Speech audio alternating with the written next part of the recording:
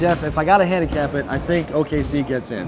All that talent, Kevin Durant, Russell Westbrook back on the floor again. They are dealing with Steven Adams has a hand injury. I think that could come into play. But I see them getting in. Phoenix, New Orleans being on the outside looking in.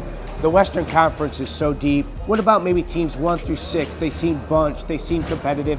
Is there a team that's going to make a big rise and finish the season strong? I think the Spurs could be that team. They dealt with a ton of injuries throughout this season. Kawhi Leonard, Patty Mills, a lot of other guys.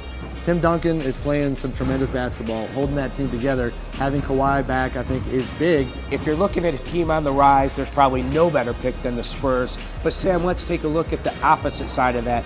Which team could be headed for a fall or might not have a great final 2 months of the season? I think Phoenix, they go into the break losing 5 out of 6.